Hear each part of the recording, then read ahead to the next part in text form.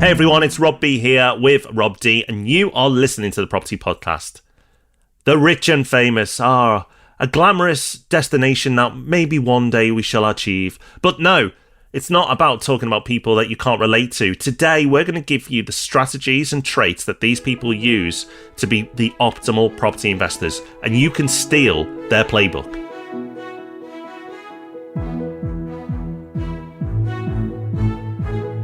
Welcome to the Property Podcast. Thank you for joining us. And yes, this week we are sharing the secrets of the rich and the famous. So stick around for that and make sure you stay for Hub Extra at the end, where I'm sharing something that I did last week that made me very happy. Now it's time for our news story of the week, and we like to keep you updated on the Property Podcast. And this is the type of news that goes under the radar, Rob. But the new How to Rent Guide has been issued. It was issued on October 2nd, but two requests, please, Rob. Can you please inform everyone what the How to Rent Guide actually is and why this is actually news? Yeah, so the How to Rent Guide is a document that you must issue at the start of every tenancy. So at the same time as presenting the tenancy agreement, the gas safety certificate, if there is one, the energy performance certificate, and all that good stuff, you must provide this How to Rent Guide, which is a little government booklet that tells tenants what their rights are, basically. Now, that doesn't sound too arduous, but the tricky bit is that you must always be providing the latest version. And if you don't provide the latest version, then technically when you try to end a tenancy using Section 21, that won't be valid and the courts could throw it out. Seems like a very silly minor point, but an important one. And the thing is, when the government does update this guide, they tend not to be advertising on bus stops, hiring planes to do skywriting or any of that stuff. It just kind of appears on their website. And a few times in the past, there's been a mistake in it, so they then put out a new version just a few days later. So the point of mentioning this now is, yes, there is a new version that has just come out. But if you are self-managing, then as more of a general point, whenever you're starting a new tenancy and you're putting all the documents together, don't just have a copy of this How to Rent Guide saved in your computer, which you print out every time. Go to the government website every time, download the latest version, and send that one over. That way, it's always going to be valid. Now, everybody loves a great deal in property, and I'm going to give you the most underpriced asset in the whole of the UK property market scene, and that is the Property Hub magazine. The Property Hub magazine is absolutely brilliant, goes out every other month. Rob and I both write in there. Don't worry, there's lots of other good people in there as well, not just us two. But the incredible thing is, it is still only £5 delivered. It's crazy. It's like it lives in its own world where inflation does not exist. So for years now, it's been at that price, and it can't continue for much longer. So if you want to get in while the going is very, very good, then head over to propertyhub.net/magazine. And if you sign up now, you'll be in time for the next issue, which comes out at the beginning of November. And the focus is on a review of the year. And it's been quite a year. So go to propertyhub.net/magazine, get yourself signed up, £5 delivered. What an incredible deal. That is definitely BMV. We're lucky enough to have some kind of insight into how the rich and famous invest. We see it from people who listen to the show, and we see it from some of our clients at Property Hub Invest, where some fall into the bracket of famous in some kind of world, so athletes, actors, YouTubers, and others have achieved positions of substantial wealth, whether that's from selling a business, running a business, or just having reached the top of their chosen career. And you're probably curious, because I certainly would be, about how these people invest. So Rob, in this episode, we're going to reveal what we've noticed from observing these people. But that doesn't mean that if you don't fall into this category yet, this episode isn't going to be relevant for you. No, far from it. You can take it two ways. You could see it as inspirational, but I don't want that. You could see it as planning. Because if you get involved in property investment and stay in it long enough, if you like it or not, you're going to become wealthy. So you will get to this point if you give it time and keep at it. So eventually you will be in this position where you will have the funds to be considered by many as rich, if you're not already. So if you listen to this and you fall into the rich and famous category, great, you're going to love it. And if you're not there yet, great, you got some planning to do. But it's important to understand how your strategy changes as your wealth and position in life changes. And that's what we're going to get into today. But I think it's important to understand is, why have we bundled rich and famous together? The reason why is they all have similar situations. They all have stuff in common. They earn a lot, they have a lot of funds, and also, most of the time, they don't want to be involved in the day-to-day of property. They're good at what they do, whether it be business, sport, TV, whatever. They're good at their thing, and that's what they want to do, and that's what they're best at. And even if they've retired, they don't necessarily want to then spend their time full-time in property. So they want the benefits of what property investment brings. They believe in it as an asset class, but they don't want to suddenly create another job for themselves. So if we understand their starting situation, their life circumstances, we can then build on top of that. But what do they want from this? So they have those time constrictions or self-imposed restrictions on their time, and they have the wealth and the means to invest. But what do they want from it? What is their goal if they're already in that privileged position? Well, usually it's about building something up for the future. So take the example of a footballer. That's someone who might be earning a substantial amount of money. So any more income today is going to do nothing for them at all. But they know that they're only going to be playing for a certain amount of time, and they want something that's going to be there for them when their playing career comes to an end. Or take someone who is just at the absolute top of their game in business. They're already going to be earning a lot of money. So again, more income today doesn't help. But normally someone in that position is feeling a lot of pressure. They're working long hours. They're making sacrifices and compromises today. So they want to take the fruits of those efforts today and have that building up. So as soon as possible, they've at least got the option of taking a step back or maybe even retiring completely. Often they're also thinking a lot about legacy. So let's take the example of someone who's sold a business. A lot of the time, they would have started out with very little, and over a period of time, through a lot of hard work, built something up that they've been able to sell, but now they have a lot.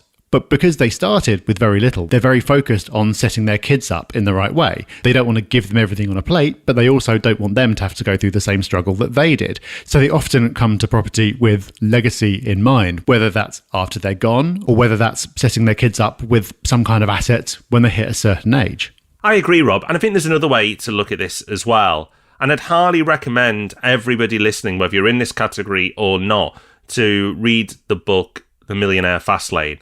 And it's a cheesy title, don't let that put you off. It's a really good book, but it's a simple book. And the premise is that when you build your wealth, whether it's through your career or through your businesses, you don't sit on that wealth. As Ray Dalio often used to say, cash is trash. You don't want to sit on money. You want that money to be working hard for you in a different lane, as it would talk about it in the book. So you have your main lane, which is your income producing lane, and that might be through your business or your career, as I've said, and then you invest in different lanes, and property investment is a huge part of that.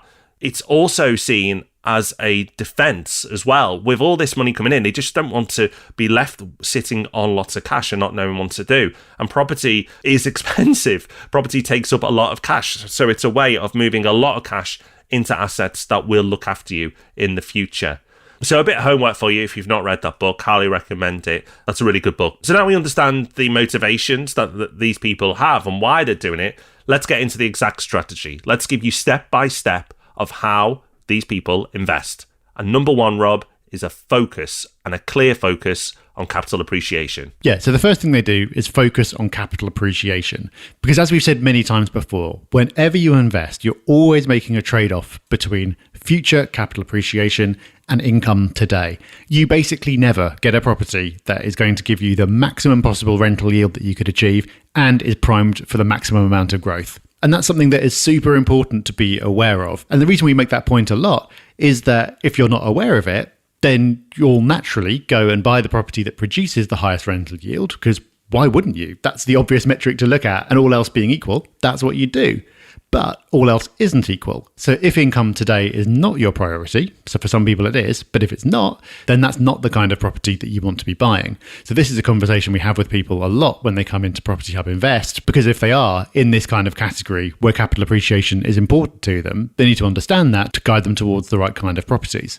And I think it's worth saying as well that everyone has some kind of income bias, which makes sense. Like I've said, the income is the thing that you can see today. And capital appreciation is unknown. You can't say for sure whether it's going to happen, what it's going to be, and it's off in the future somewhere. So even people who are earning vast amounts of money still have some degree of bias that they need to work on a little bit towards something that's going to produce even more income for them today, even though they absolutely don't need it, and it's potentially at the expense of future capital growth. Important to say, of course, you always need to be making some kind of profit. So if you're following this approach and you believe that future capital growth is the most important thing for you, you still need to make sure that your portfolio is profitable on a monthly basis at least, because if it's not, then it's just too risky. In practice these days, mortgage lenders will force you to do that because they've got rental stress tests in place before you borrow, but still very important to keep in mind. Next on the list is a preference for more expensive properties. And the reason for this is simple. Rob and I have talked about our strategy of going for the high-end properties. And this doesn't always have to be high-end. It's just expensive properties in normally more expensive areas. Or, if it's not an expensive area, the best properties in those areas. And that's because portfolio value is the main metric, not the number of units. So many people, when they start in property investment, get obsessed with how many units they want, how many properties they want. When I used to go to networking events many years ago, a common question for people who are new to property when they'd come up to me would be, how many properties have you got? And that was pretty much the first question. And I always used to correct them and say, you're thinking about this the wrong way.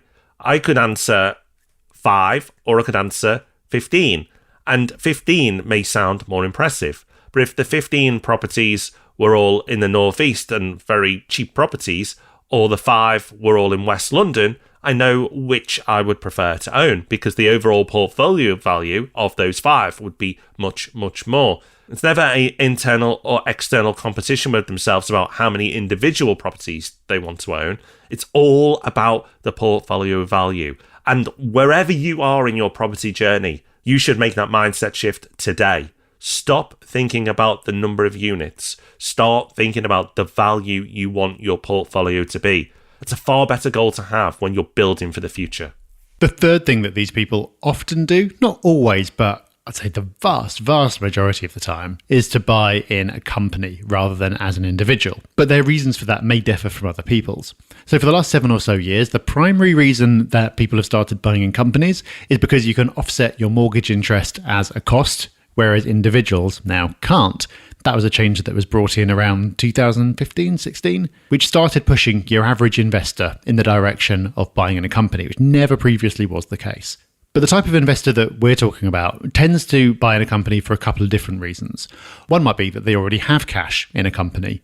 So take the example of someone who's built up a thriving business and that business has plenty of cash in the bank that they want to invest. If they were to take that money out personally and then invest with it, there'd be a big tax hit for them. It's often more efficient for their company to lend the money across to a separate investing company or to move that money up to a holding company. There are different ways of doing it, but generally doing that rather than investing personally makes the tax easier to manage. The other reason comes back to legacy again. So if they've got family members that they want to get involved either now or in the future, the company structure makes that much easier to achieve. You can have ownership set up in different ways. You can even have different share classes that separate out the income versus the capital value, or that only become entitled to certain benefits at some point in the future. It gives you a lot more flexibility. So in the vast majority of cases, these people will buy in a company. That's not something that anyone should just take for granted is the right thing to do, though. They still should and do take proper tax advice before making that decision. And you should as well, whatever stage you're at. But if it's a decision that you are wrestling with, we've got a YouTube video on this subject that breaks down other pros and cons that I haven't touched on just now. And we'll link to that video in the show notes for this episode. If you know anything about our service, Property Hub Invest, it's probably that we secure you exclusive property deals at a discount. But I now make all my investments through Property Hub Invest. And what I value most is actually the time saving and having the care team on hand to deal with developers, mortgage brokers, solicitors, all the things that normally cause so much stress and take up so much headspace. Property investment will never be effortless, but having the expert team at Property Hub Invest makes it so much easier. If you're interested in finding out more about Property Hub Invest, just go to propertyhub.net/invest. Okay, number 4 on our list is they buy consistently. That's not aggressively. Consistently. So they just want this to run in the background, as we talked about already. So mentally, they will say, right, I want to get this value of property acquired each and every year. That's just what they'll do. So they'll go and buy, based on that, maybe 2 to 5 properties. And it's just something that happens. What it is not is something that they remember to do occasionally. and go, oh yeah, I know this is a good thing to do, I must get on with it. Or they get distracted because life gets in the way. They often will have a goal, a number that they just want to hit each and every year and just work towards that. Now, this isn't a constant. There are some people who fall into this category who don't do this and will benefit it from it. But the people who perform best in these categories are the people who do treat it as a system and just add to it each and every year. So it's not being excited by the latest shiny thing and buying as much as they can as often as they can. And it's also not just, oh, when I remember to do it. It's that system, it's that process. It's taken a lot of emotion out of it because you know each year roughly what you're going to commit to, what allocation of capital you're making, and then you just work through it each and every year. And again, this is something you can replicate. If you are at the very beginning of your property journey and you're saving up, then fine, you're not at this position yet. But if you started to build a modest portfolio, you may have the target of acquiring a property a year. And that's fine. That's great. That's taking this process and using it for yourself. And then as you scale up, you can say, okay, what value do I want to add each every year to the portfolio? So how much? I want to add 500,000. I want to add 1 million, whatever it is. You'll eventually get there. In the beginning, just treating property as something that is there, is a constant in your life and not something you do when you get excited by the market or something you do when you remember to do it. It's something that's part of your yearly routine, something that you do because it'll constantly help you build towards those financial goals that you have. And something else that these people do that goes a long way to enabling what Rob has just been talking about is getting help and having some kind of team, very commonly having an assistant. So people who fall into the fame category will often have a personal assistant of some kind or a team of assistants. And people who've made their money in business will be very used to working with other people, to delegating responsibility. So having an assistant or some kind of team is a great way to make sure that that consistent acquisition takes place, despite all the other distractions and demands on their time that they have. And of course, to make sure that once those acquisitions have happened, they're managed well and well looked after. Because even if you're buying with an eye to the future, those properties still need to be looked after today and every other day if they're going to make a profit and be worth more in the future. And this is something as well that you don't have to be rich or famous to take advantage of. I gave a presentation to our Property Hub Select members recently about how to make use of an assistant. And there was lots in there. And I talked about how you can take it to the maximum. But I also talked about how you could take your very first steps with this and how it could look like having somebody offshore at a very affordable rate, helping you out for just a few hours per week. And that could be the difference between making progress and not. If you've got a lot going on at the moment, you're working really hard to earn your money, and you just don't have time to trawl Rightmove, call agents, set up viewings, whatever it is.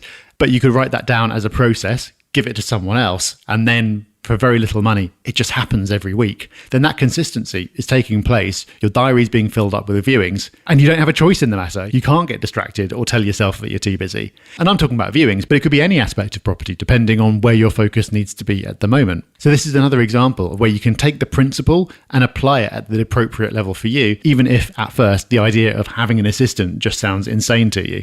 So those are what these people do. But Rob, I think it's also worth running through some of the traits that we've noticed that they share. In other words, not just what they do, but how they do them. Because I think that's something we can all learn from as well.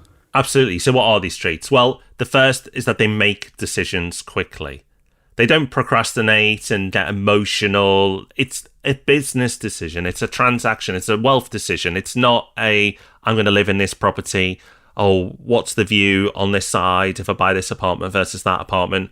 It's just about making investments that help them towards their end goal. And as long as their top line research is there and they're happy and they feel like everything's secure and protected and they're trusting the people they work with, then decisions are made quickly. They do not faff. That's something that is consistent across this group of people. They're also super sensitive to the value of their time. And that relates to the first point, really, because they value their time so highly. They do make those quick decisions. But they also know the power of working with assistants, as Rob said, and not buying a load of small units and not buying multiple cheap properties. Time is such an important commodity, possibly the most important commodity that we all have. And everyone in this group truly understands that. And Rob, we talk about this one on the podcast as well, and I feel all these traits are universal, and if they're not adapted by everyone listening, they should be. But particularly this last one, is don't sweat the small stuff. Like, things go wrong in property. Like, they do. Like, sometimes small things, sometimes big things. And you know what? If you want to sweat over the big things, that's fine. but don't sweat over the small things. Like, if your washing machine breaks, that's okay. Don't stress out. If your tenant doesn't pay for a month, not great, but it's not the end of the world. A lot worse could happen. A lot worse. You've still got your health. So don't sweat the small stuff. I mean, Rob, I could do a whole podcast on that topic and that trait alone, but not sweating the small stuff will make such a tremendous difference to how you approach property and your overall happiness. Yeah, I think we did do an episode about this years and years ago. We should probably do another one because it is that important.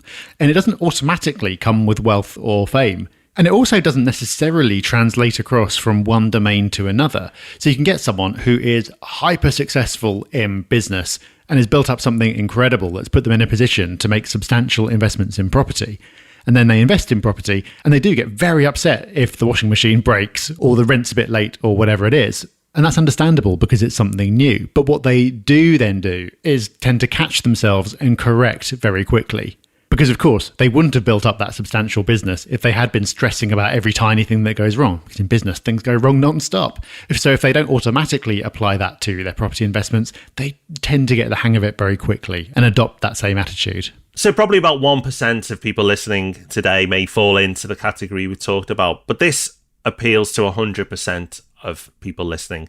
Because the traits that we're talking about, the habits that are used, the approaches to investment are something that we should, if not using already, be aspiring to use as soon as possible, because this is the most effective way to invest. So wherever you are in your journey, it may be time to start changing how you invest. It may be time to adapt your strategy. Maybe not fully bin what you do and move to something else, but certainly take at least some of the traits, if not the strategy of how to invest. We can all learn from this, and nobody is the perfect investor, and nobody has the perfect strategy. But by working with these groups of people for a long time now, we wanted to share it with you because this is, again, something that's not talked about. Like, you hear about how to start all the time. But what do you do when you're building and you're getting to this place of success? This is the stuff that isn't shared. So that's why we were so motivated today to bring this to you. And please do share this podcast with others as well, so they can also understand how they should be treating property investment, how they should aspire to invest, and how the traits that they should be adapting today to be successful. Right, it's time for Hub Extra now, the point of the show where we bring you more. And remember, you can get so much more for free from us. You have Property Pulse that you can sign up to. What is it? Well, it is a newsletter written by the lovely Rob D. each and every week. He doesn't let me touch it. It's his words, all his words. So go to propertyhub.net/pulse and you can get a newsletter directly from Rob each and every week with his musings on properties, top tips, and so much more. But for now, Rob, we want to bring more in the podcast. So what have you got for us? What I've got this week is the Book of Mormon. Not the book, although I've heard a lot of people really like it, but the West End musical. It's been on for, I don't know how many years, over a decade maybe. And obviously I've been aware of it the whole time. I've seen the posters all over the place and kind of thought, I should go and see that. I finally did go and see it the other week. It was amazing. So good. And I'm not into this kind of thing. So I went in thinking, I don't know if this is going to live up to the hype, but it really, really did. It's so funny. It's so well done. So if, like me, you've lived in London forever and never got around to seeing it, or if you're planning a trip to London and you want something to see, as long as you don't mind quite a lot of swearing and a lot of blaspheming, then I strongly recommend you check it out. It's so good. Well, that's us done for another week. Of course, you can join us in the written form on our Sunday Times column each and every week in the home section. Make sure you check that out. And we'll be back next Tuesday with Ask Rob and Rob. And of course, same time, same place next week for another property podcast. Can't wait to bring you that. So until all those momentous events occur, take care, have fun. Bye-bye. Bye-bye.